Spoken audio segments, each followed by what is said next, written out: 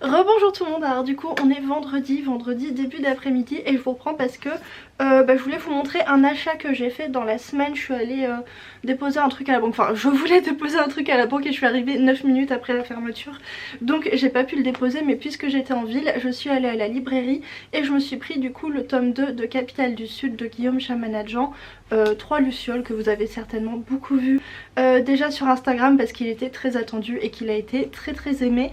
Donc voilà, j'ai trop hâte de me replonger dans cette saga. J'avais adoré le premier tome qui a été un très gros coup de cœur avec une plume, une ambiance, enfin c'était vraiment très cool, donc j'ai hâte d'y retourner. Sinon du coup concernant mes lectures en cours, j'ai un petit peu avancé dans La Chute d'Ilrien de Martha Wells. Je suis à la page 180, donc j'ai dépassé un petit peu le... oui c'est ça, je dois être au premier tiers du livre.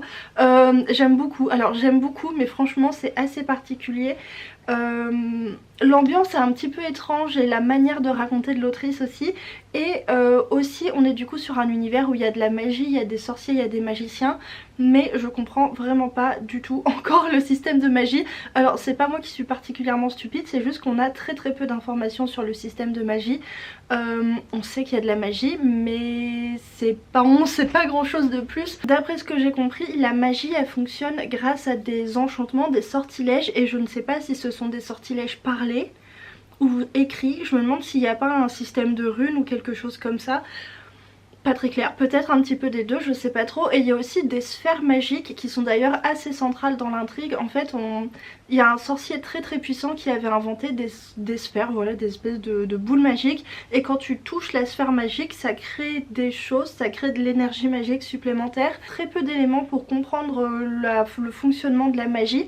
Et j'avoue que c'est pour ça aussi que c'est une lecture qui est un petit peu laborieuse pour le moment. Alors j'aime beaucoup parce que à côté de ça, ça se lit bien. Il y a quelque chose dans la plume qui fait que c'est prenant, c'est dynamique. Le personnage principal je l'aime beaucoup, il y a des petites touches d'humour qui ramènent voilà, de la légèreté, qui ramènent...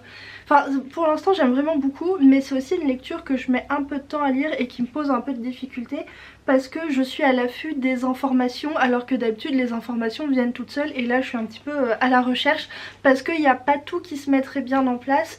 Et comment dire, j'ai un petit peu de mal aussi à visualiser les scènes, à visualiser certains lieux, certaines descriptions, certaines scènes. J'ai du mal à visualiser comment l'autrice avait ça en tête, ça me vient pas hyper facilement. Donc voilà, c'est une lecture qui est pas hyper accessible je trouve, qui demande quand même... c'est pas une lecture qui nous facilite la tâche et qui facilite le... comment dire... je perds un peu mes mots parce que pas que ça soit très compliqué d'expliquer, mais en fait c'est une lecture que je trouve assez étonnamment immersive et qui a un petit côté intriguant et fascinant, ce qui fait qu'on est assez... enfin personnellement j'ai été assez vite prise par l'histoire et que j'étais bien dedans, mais en même temps c'est une lecture qui ne facilite pas l'immersion. Je sais pas si vous voyez, ça a l'air peut-être un petit peu paradoxal. Ce soir on va se situer dans un univers qui m'a l'air d'être un univers un petit peu uchronique, parce que j'ai l'impression qu'on se situerait dans l'Europe avec des noms qui auraient peut-être été un petit peu modifiés, mais ce serait l'Europe et on se situe du coup sur l'île Rien, qui s'appelle donc Rien, l'île, enfin bon c'est un petit peu bizarre ce nom, mais bref c'est comme ça qu'elle s'appelle. Et on est dans une ambiance un petit peu qui me fait penser à Londres pendant la Seconde Guerre mondiale sous les bombardements, parce qu'en fait l'île est attaquée par des gardiers qui sont un peuple inconnu que personne n'a jamais vu, on sait pas d'où ils viennent, on sait pas ce qu'ils veulent, mais ils attaquent les terres aux alentours depuis pas mal de temps maintenant. Ils ont... Là, il y a un autre truc sur la magie que je comprends pas, ça s'appelle les tutélaires, ça vient de m'y faire penser. Ils parlent régulièrement des tutélaires et j'ai aucune idée de ce que c'est, je sais pas ce que c'est, comment ça fonctionne, ce que ça fait et tout. Mais bref, du coup pour en revenir aux gardiers, ils attaquent la ville et de plus en plus ils sont en train de prendre le dessus, et on est vraiment du coup sur cette ambiance, il y a des bombardements réguliers, il y a des... ils se déplacent dans des espèces de grands dirigeables qui passent au-dessus de la ville, ils arrivent à détecter la magie et ils bombardent, et en plus ils ont des sortilèges spéciaux qui annulent la technologie du coup des gens de l'île. Et bref, on est vraiment sur cette ambiance là, même au niveau de l'époque j'ai l'impression que ça correspond un petit peu. Et on va suivre un personnage qui est Trémène, qui est une jeune fille qui a une histoire familiale un petit peu particulière, parce que son père était dans la mafia en gros et il tuait plein de gens, et Elle n'a pas eu un père hyper présent disons, enfin bref il y avait pas mal d'histoires familiales, mais elle a été en partie élevée par son oncle Harisild qui était le plus grand mage de sa génération et peut-être le plus grand mage de tous les temps, qui est notamment la personne qui a créé les sphères magiques et son père et le mage ont disparu il y a quelques années. Bref elle est un petit peu toute seule, elle écrit des pièces de théâtre et elle n'aime pas du tout sa vie, voilà elle aime pas du tout sa vie, elle essaie de... elle veut mourir en fait, voilà plusieurs fois mais en fait il y a un côté qui est un peu étrange, il y a un humour assez particulier qui flirte avec l'humour noir et un petit peu l'absurde aussi, qui je pense peut-être en bloquera certains mais moi que j'aime beaucoup. Il y a une particularité dans la narration, il y a quelque chose d'un petit peu original dans la plume qui vient de cet humour et de parfois ce petit truc en fait qui fait que je trouve c'est très original la manière dont c'est raconté. Bref, j'en reviens au personnage, c'est un personnage du coup qui cherche à se suicider mais il faut qu'elle trouve la bonne manière et depuis quelques temps elle essaie de se mettre dans les situations les plus dangereuses possibles parce qu'il faut que sa mort ait l'air accidentelle. Et voilà un petit peu pour notre personnage principal qui est quelqu'un d'assez flegmatique, un petit peu... un personnage un petit peu particulier que je trouve pas très intéressant parce que ça pourrait être glauque le côté elle a envie de se suicider mais ça l'est pas vraiment. Je sais pas, l'autrice réussit voilà, à créer quelque chose d'un petit peu spécial dans la narration que pour l'instant j'aime beaucoup et que je trouve nouveau en fait. Voilà, c'est un type de personnage et je sais pas, je trouve qu'il y a quelque chose de... Bon bref, vous aurez compris, je trouve qu'il y a un petit truc original. Voilà, et du coup en fait on va suivre notre héroïne qui va devoir aider les gens de l'institut avec la sphère magique parce qu'en fait il leur faut absolument une sphère magique et la seule qui reste c'est celle que son oncle du coup lui avait donnée quand elle était petite, donc elle va devoir les aider dans la recherche et en fait en faisant des recherches ils vont découvrir une espèce de passage qui va dans un autre monde et cet autre monde est aussi attaqué par les gardiers et la population par contre de l'autre monde est beaucoup moins évoluée, c'est une population avec une civilisation plus primitive, voilà, où ils ont pas la technologie, ils ont pas la même technologie du tout. Voilà du coup pour les grandes lignes de l'histoire et franchement c'est pas mal intriguant, c'est pas mal intéressant, j'aime bien ce côté... un petit peu uchronie avec cette ambiance voilà bombardement, seconde guerre mondiale. J'aime bien aussi ce qui se passe dans l'autre monde où on suit du coup deux autres personnages de cette civilisation plus primitive où ils n'ont pas le même rapport à la technologie, pas le même rapport à la magie et où il se passe des choses étranges avec des créatures, avec... des choses dans des grottes et tout. Pour l'instant j'aime bien ce que l'autrice me raconte, je trouve que c'est assez original, c'est assez prenant, ça change en fait voilà. Mais c'est vrai que c'est parfois un poil long, c'est à dire que là je suis quand même à la page 180 et je trouve pas que ça soit hyper actif et j'aurais bien aimé plus d'éléments pour bien comprendre l'univers. Donc voilà pour ma lecture en cours et je pense que je vais me choisir une autre lecture, j'ai plus de batterie, je vais faire vite. Je pense que je vais me choisir une autre lecture, quelque chose de peut-être un petit peu plus facile pour le soir, peut-être de la jeunesse ou du young adulte. Je verrai ça, là je vais aller me préparer parce que je dois rejoindre Héloïse en ville, je vais peut-être passer à la librairie et qui sait ce qui se passera alors à la librairie. Alors je suis pas censée trop craquer parce que c'est bientôt les Imaginales, je sais toujours pas si j'y vais ou pas mais dans le doute faut que je fasse attention donc voilà. Bref du coup je commence à parler très vite parce que la batterie clignote. Je vais vous laisser ici et puis je vous reprends plus tard avec voilà, des nouvelles de mes lectures, donc voilà, à plus tard. Rebonjour tout le monde, alors du coup on est lundi, on continue du coup le vlog lecture du mois de mai. Je pense que à ce stade on doit être dans la partie 2 ou la partie 3 du vlog, je sais pas, dans la vlog partie 2, enfin on doit être au deuxième ou troisième vlog lecture du mois de mai, je sais pas trop. Je ferai le découpage plus tard, je pense que quand j'aurai fini de vous parler je vais aller m'attaquer au montage parce que j'ai aucune idée de si pour l'instant il y a genre 20 minutes de vidéo ou 1h30 de vidéo, donc voilà, bref peu importe. Alors au niveau de mes lectures du coup j'ai bien avancé dans ma pile à lire du mois de mai puisque j'ai lu ces deux belles bricasses. Alors je sais plus si je vous avais dit la dernière fois que je vous ai pris en vidéo mais j'ai commencé du coup le tome 2 de la trilogie post-apocalyptique Le Passage de Justin Cronin. Je sais plus si je vous avais dit que je l'avais commencé mais du coup je l'ai commencé en parallèle de celui-ci parce que même si ça me plaisait beaucoup, il y a eu une période, enfin un moment de ma lecture où je trouve que ça s'enfonçait un petit peu, j'étais moins prise dedans et en même temps ça me demandait de la concentration,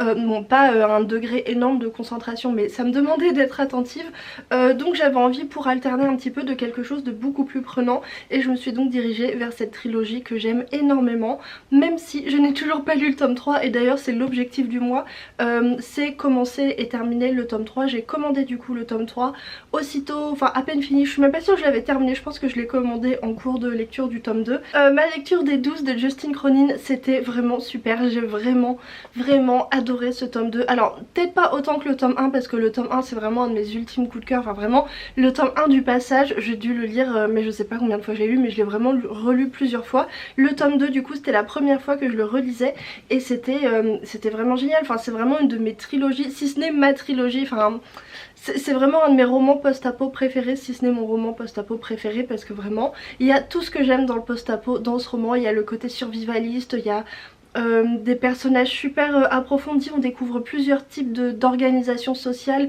de personnes, comment voilà, différents groupes ont essayé de survivre, ce qu'ils ont mis en place et tout, et il y a des zombies et j'adore, franchement j'adore, c'est hyper prenant. Le livre il fait combien de pages? Il fait 940 pages, quelque chose comme ça, voilà, 940 pages, et je l'ai lu en 2 jours parce que mais vraiment c'est hyper prenant, c'est un énorme pavé. On peut se dire comme ça, oula, c'est que ça va être compliqué à lire, que ça va être difficile, que ça va être long, mais pas du tout, c'est vraiment un page turner, alors même que... Alors évidemment après c'est mon avis et j'imagine que quelqu'un qui serait, voilà, peut-être que quelqu'un d'autre trouve que c'est très long et très ennuyant, mais moi je trouve que c'est passionnant et que voilà, ça se lit super vite, ça se dévore, alors que justement alors on a des passages avec beaucoup d'action, on est toujours en mouvement et tout, mais on a aussi en fait un des aspects que j'aime beaucoup dans cette trilogie, et je sais que justement ça en a rebuté plus d'un avec le tome 1, c'est en fait qu'on a plusieurs temporalités. On va avoir des passages qui vont se situer avant l'apocalypse, pendant l'apocalypse et après l'apocalypse.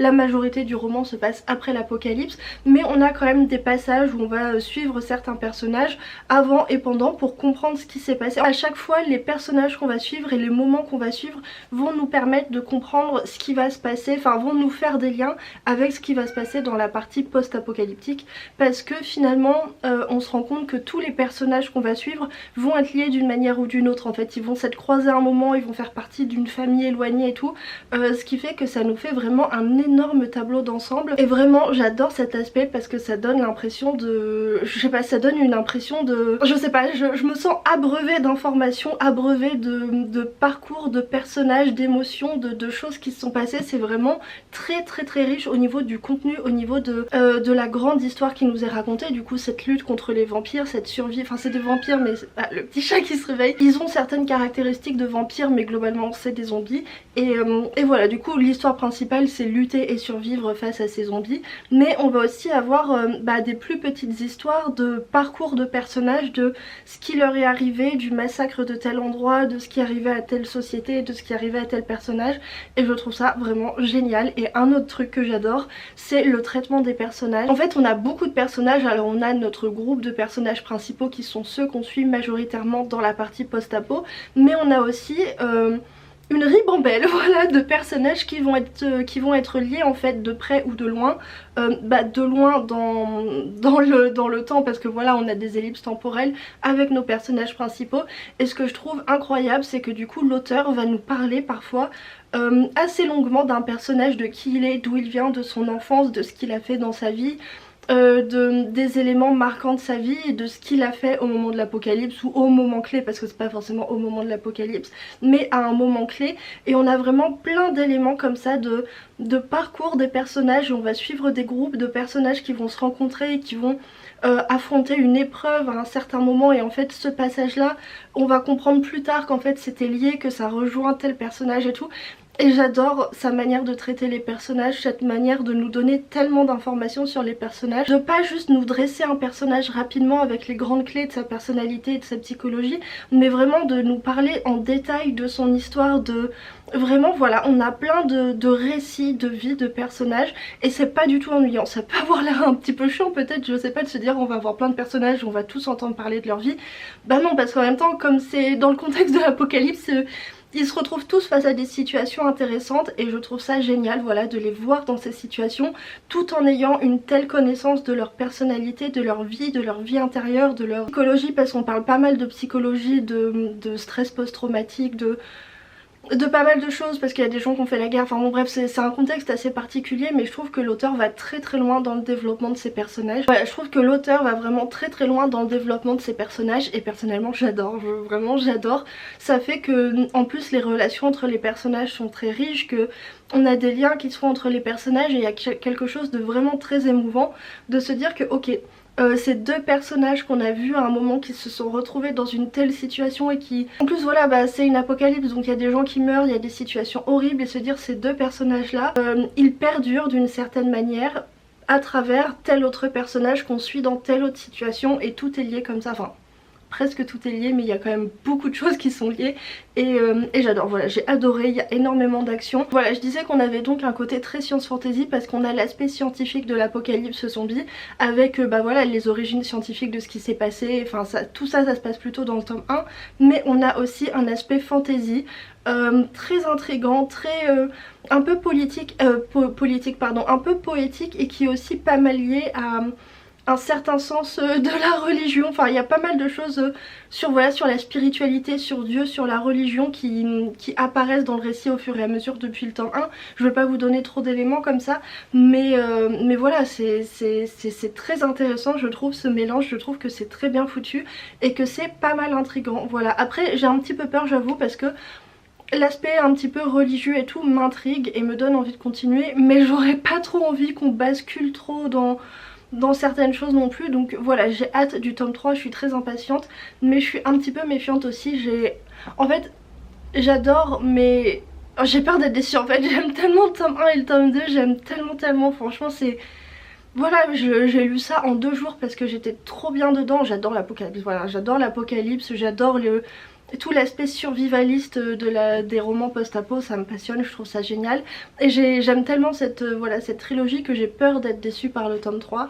Mais en même temps, bah, j'ai hâte de le lire. Donc voilà, qu'est-ce que je pourrais vous dire d'autre là-dessus? Et du coup, pour mon autre lecture, ça fait déjà combien de temps que je parle? Oh là là. Bref, mon autre lecture du coup que j'ai terminée ce matin, c'est donc le premier tome de la trilogie La Chute d'Ilrien de Martha Wells, qui est ce roman de fantasy avec des univers, des univers alternatifs que j'ai commencé il y a quelques temps. Et alors, j'ai adoré, franchement j'ai vraiment adoré, c'était une découverte et vraiment une très bonne découverte. En fait en le lisant j'avais vraiment ce sentiment de lire quelque chose que j'avais pas déjà lu, que ce soit la plume, l'ambiance, l'histoire et tout, enfin bon l'histoire peut-être un petit peu, mais la manière de le raconter ça en faisait quelque chose de très original, même si à un moment j'ai eu peur, je vais pas revenir sur le résumé parce que je crois que je vous l'ai déjà fait, j'ai totalement perdu le fil de ce que je voulais dire, ce que j'ai dit, je vais pas vous faire le résumé. Non, j'ai dit quelque chose qui était intéressant et je voulais continuer, j'ai dit je vais pas vous faire le résumé, je vous ai quand même fait le résumé et du coup maintenant je sais plus du tout ce que je voulais dire. Oui si, je crois que la dernière fois que je vous ai pris j'étais encore dans la première partie du roman et je vous avoue que j'ai eu un moment où j'ai un peu décroché parce que j'ai trouvé... Alors c'est un récit où j'ai trouvé qu'il y avait vraiment une belle grosse longueur à un moment dans la première partie où en fait on a un groupe de personnages, on a des personnages qui vont se retrouver dans des espèces de grottes et... ils restent vraiment longtemps dans les grottes, j'ai vraiment cru qu'on allait jamais quitter ces foutues grottes et c'était un petit peu long, voilà. Alors c'est pas que... En fait c'est qu'au bout d'un moment je trouvais que c'était répétitif de ah bah en fait il faut qu'on retourne machin, enfin c'était long dans les grottes. Alors le début des grottes était intéressant, la fin des grottes était intéressant, mais tout le milieu j'ai trouvé que c'était quand même un petit peu long et on est resté un bon moment là-dedans. Et à un moment voilà mon attention a clairement chuté, j'en avais un petit peu marre, mais à partir du moment où on quitte les grottes, franchement je suis tombée mais totalement à 100% sur le charme du roman. J'adore le personnage principal, vraiment notre personnage principal. Je l'aime trop, je la trouve super intéressante, je la trouve hyper touchante à sa manière totalement décalée de l'être. En fait c'est un personnage qui a été élevé par...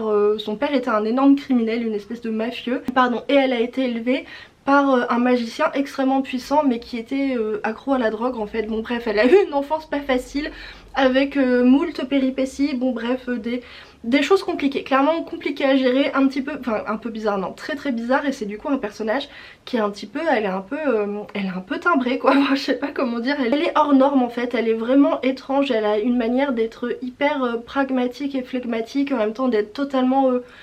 frivole, insouciante et en même temps parfois d'être très sérieuse. Enfin elle est tellement flegmatique devant la situation, genre c'est la guerre, il y a des gens qui meurent, oh bon bah voilà, c'est comme ça.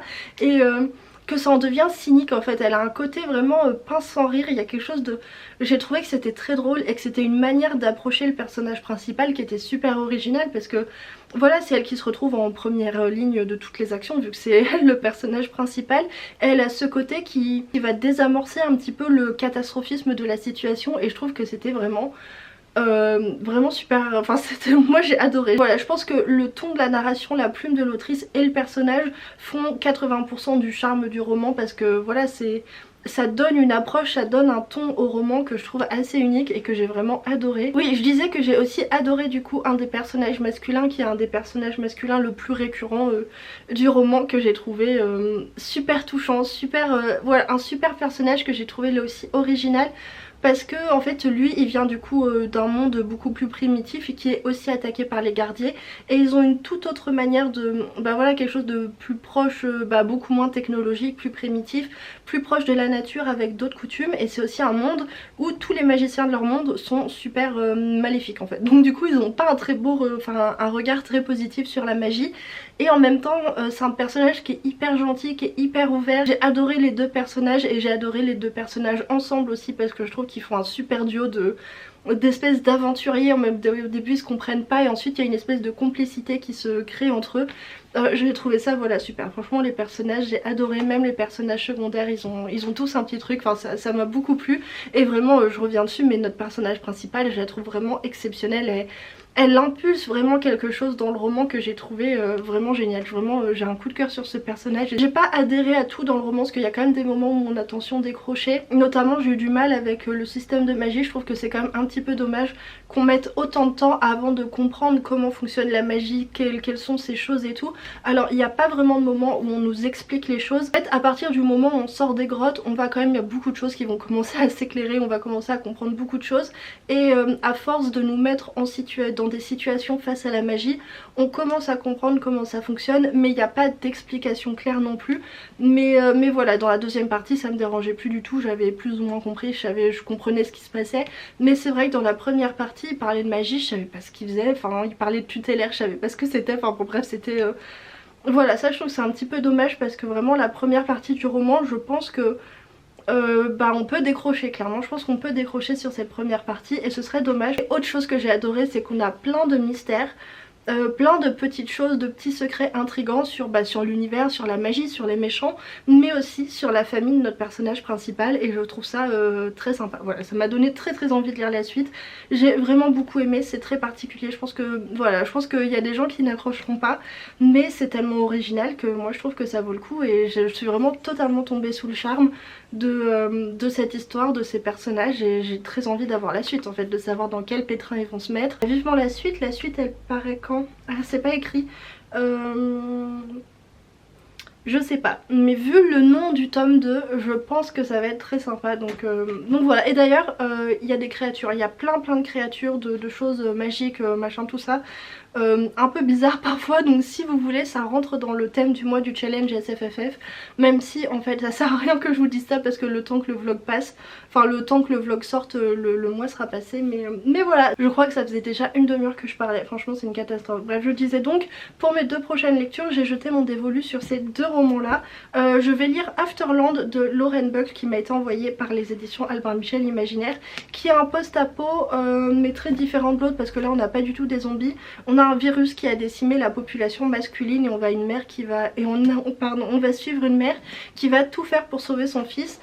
Ça fait un moment que je l'ai, et j'avais très envie de le lire, mais je sais pas, à chaque fois je me disais oh non j'ai plus envie de lire tel livre ou telle autre chose, mais là je me dis il faut que je le sorte en fait, parce que sinon il va rester éternellement sur mon étagère. Et je vais me faire du coup le tome 2 de Capitale du Sud, donc 3 Lucioles de Guillaume Chamanadjan. Je vais commencer par celui-ci parce que je sais que celui-ci je vais le dévorer. Donc voilà, je pense que ça va être mes deux prochaines lectures. Et ensuite je sais pas, alors est-ce que je vous dis tout ça maintenant, parce que j'ai aucune idée, le vlog est peut-être déjà vachement long. Je vais peut-être réaménager un petit peu ma pile à lire, puisque je m'étais prévu 2 tomes de saga. Bon, allez. Pour le mois de mai du coup je m'étais prévu ces 2 lectures. Je m'étais prévu le tome 1 de Ambition de Johan Dubos et je m'étais prévu le premier tome de la trilogie Le Conclave des Ombres de Raymond Fest. Sauf qu'en fait ça c'était aussi le premier tome d'une trilogie et vous savez mon objectif c'est de terminer des sagas et tout. Donc je pense que je vais pas me lancer là-dedans tout de suite. Je voudrais vraiment terminer des sagas avant d'en commencer d'autres. Voilà, c'est parce que là je me suis dit oula j'avais bien commencé mais là je commence à me rééparpiller à nouveau. Donc ce que je voudrais faire, j'ai pas mal de choses sur ma liseuse que je pourrais avancer, notamment de la jeunesse. Enfin de la jeunesse, oui c'est de la jeunesse, j'ai Gardien des Cités Perdues, j'ai aussi les Sœurs Carmine et le tome 2 de La Ville sans vent que j'aimerais... Bon voilà, ce serait bien que j'avance un petit peu dans ces sagas là, voir que je les termine. C'est du jeunesse donc ça peut aller plutôt vite, même si les derniers tomes de Gardien des Cités Perdues c'était énorme, enfin franchement ça n'avait aucun sens, ils étaient vraiment gros et en plus pas mal lents avec pas mal de longueur, mais bref. Et j'aimerais bien aussi avancer là-dedans pour voilà, avancer un petit peu dans mes sagas. Ensuite j'ai le tome 3 de ça qui va arriver, donc je pense que je vais le lire direct.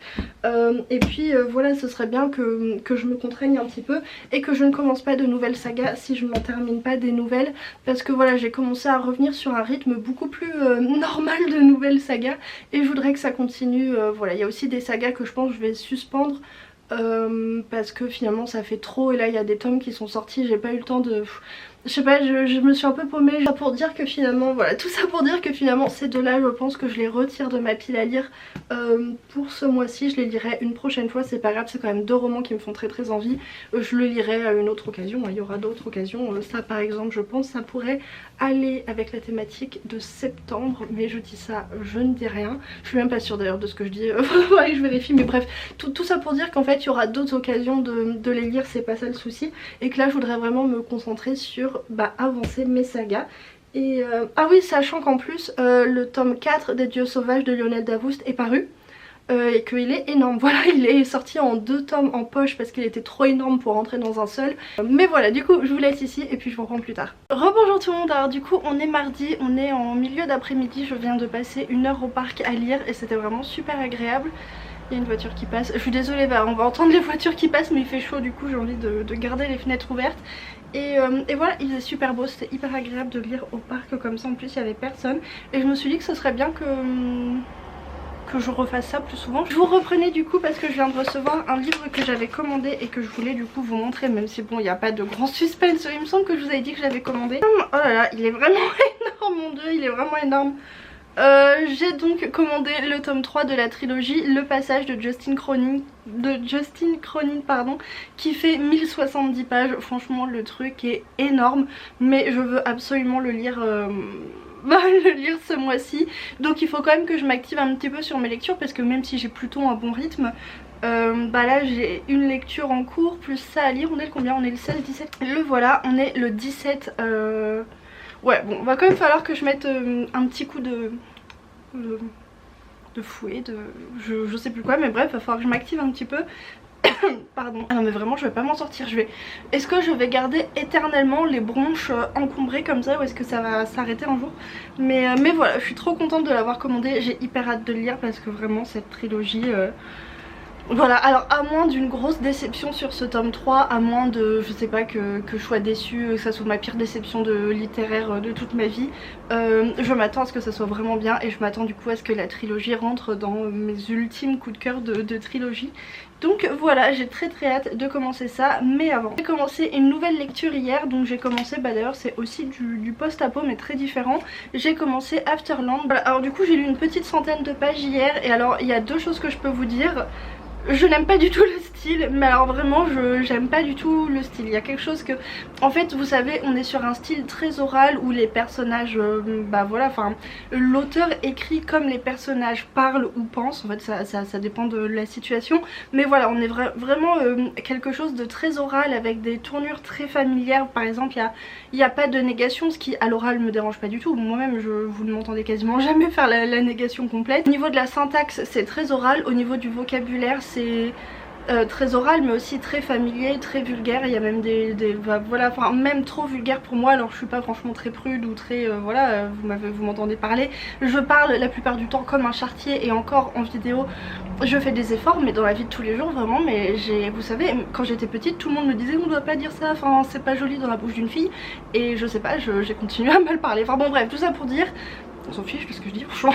La fille elle part dans tous les sens.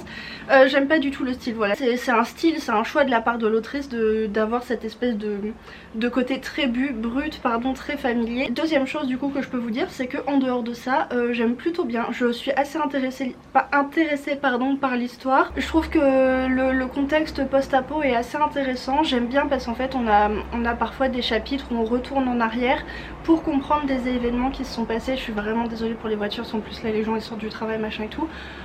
Ah bon allez, d'accord, je vais fermer. Pour l'histoire, il y a eu un virus comme une grippe qui a décimé tous les hommes, qu'ils soient tout petits ou qu'ils soient très vieux de la planète, sont morts en fait dans d'affreuses souffrances, parce qu'au bout d'un moment en plus on a le détail, il n'y avait plus de morphine, enfin bon bref, du coup tout le monde est mort sauf je crois que c'est 1 sur 1 million, un homme sur 1 million qui survit, et il se trouve qu'en l'occurrence bah voilà, on va suivre une mère qui est prête à tout pour sauver son fils, parce que son fils c'est un des fameux 1 sur 1 million qui a survécu. Ce qui déjà la met en joie, elle est quand même très contente que son fils ait survécu, mais le problème c'est que en fait depuis que tous les hommes ont disparu, la société a énormément changé et qu'on a besoin des hommes pour continuer la reproduction, pour plein de choses, ce qui fait que les derniers hommes survivants sont enfermés, sont voilà, prisonniers, on fait des tests sur eux, il se passe des choses, et évidemment en tant que mère elle n'a pas du tout envie que son fils et cette vie là. En plus ils sont coincés aux États-Unis parce qu'ils y étaient pour raison familiale, mais à la base ils sont originaires d'Afrique du Sud, et en fait elle veut y retourner, elle veut sauver son fils, elle veut quitter les États-Unis, et ils vont se lancer dans une fuite, dans un périple pour échapper à tout ça, sauf qu'ils sont poursuivis, et ils ne sont pas poursuivis par n'importe qui, ils sont poursuivis par Billy qui est donc la sœur de notre de la mère, voilà. Et je sais pas trop on sait pas trop ce qui s'est passé entre elles, on sait pas trop, on sait au début que la mère a frappé Billy et qu'ils se sont enfuis, mais on sait pas trop pourquoi, comment, qu'est-ce que voulait Billy, qu'est-ce qu'elle voulait vraiment, qu'est-ce qu'elle a fait, pourquoi, enfin bon bref, on sait en tout cas que tout le monde est en fuite, et pas énormément d'informations à ce stade, même si j'en avais je pense pas que je pourrais vous en dire sans vous spoiler, mais voilà pour l'histoire et j'aime bien. Voilà, alors je suis pas hyper fan de l'esprit du livre parce que je pense que c'est pas que le style qui me dérange, il y a aussi un côté un petit peu c'est pas la brutalité ou quoi, mais il y a un petit quelque chose qui n'est pas qui juste correspond pas vraiment à ce que j'aime, qui ne me plaît pas trop, mais à côté de ça j'aime bien l'histoire, j'ai envie d'en savoir plus, j'adore moi de toute façon, j'aime vraiment beaucoup le post-apo. Plus on me donne de détails sur l'apocalypse, comment ça a mal tourné, sur des anecdotes, désolé je me gratte parce que comme je suis allée lire dans le parc je me suis fait piquer par toutes les bestioles possibles. Ça c'est quand on met de la crème solaire, ça attire les bêtes, je sais pas, enfin bon bref on s'en fiche, mais voilà, j'adore les détails sur l'apocalypse, sur comment ça s'est déroulé, où ils étaient, quand, ou voilà, bon bref j'aime beaucoup ça, donc j'aime beaucoup les petits retours en arrière pour nous donner des informations supplémentaires, et voilà, j'ai hâte d'avancer pour en savoir plus sur ce qu'est devenu la société, ça m'intrigue pas mal cet aspect uniquement des femmes, cette société matriarcale. Je sais pas si on peut parler de société matriarcale s'il y a que des femmes en fait, parce que une société matriarcale c'est les femmes qui ont le pouvoir, mais sur les hommes là si elles ont le pouvoir sur elles-mêmes, donc je sais pas, enfin bon je sais pas trop si c'est approprié, mais dans tous les cas voilà, je suis curieuse de voir les conséquences de ce virus et de la disparition des hommes sur la société, comment elles ont fait pour se réorganiser, avec quel mode de gouvernement, d'autorité, de police et tout. Voilà, je suis curieuse un petit peu de tout ça, donc pour l'instant c'est plutôt une bonne lecture, enfin plutôt une bonne lecture, c'est clairement une lecture, comment dire, je sais pas. En fait c'est une lecture, il y a des aspects que j'aime bien, mais en même temps le style est omniprésent, et le style j'aime pas du tout, mais une fois que je suis lancée je l'oublie un petit peu honnêtement, juste Et sinon j'ai commencé du coup une nouvelle lecture sur ma liseuse, parce que je voulais amener ma liseuse au parc pour la lumière, voilà tout ça. J'ai commencé du coup le tome 2 des sœurs Carmine, et pour l'instant ça ne me transcende pas des masses en fait. J'avais bien aimé le tome 1, mais en fait j'ai oublié quasiment, j'ai quasiment tout oublié du tome 1 à part le début je crois, mais je me souviens pas trop du reste. Mais j'ai pas lu que le début, hein, j'ai tout lu, mais je me souviens que du début. Et donc voilà, pour l'instant je trouve ça sympathique, mais vraiment sans plus. Le fait que je me souvienne pas, ça n'aide pas, c'est sûr. Voilà, j'ai lu 21% et je pense que je vais quand même le continuer, même si pardon, pour l'instant je trouve pas ça incroyable. J'ai quand même envie de, voilà, de poursuivre un petit peu pour voir ce que ça donne. Et voilà du coup pour mes lectures en cours. J'ai rien d'autre à vous dire pour aujourd'hui, je vais donc vous laisser ici et puis je vous reprends plus tard dans la semaine quand j'aurai terminé ça. Et puis voilà, à plus tard.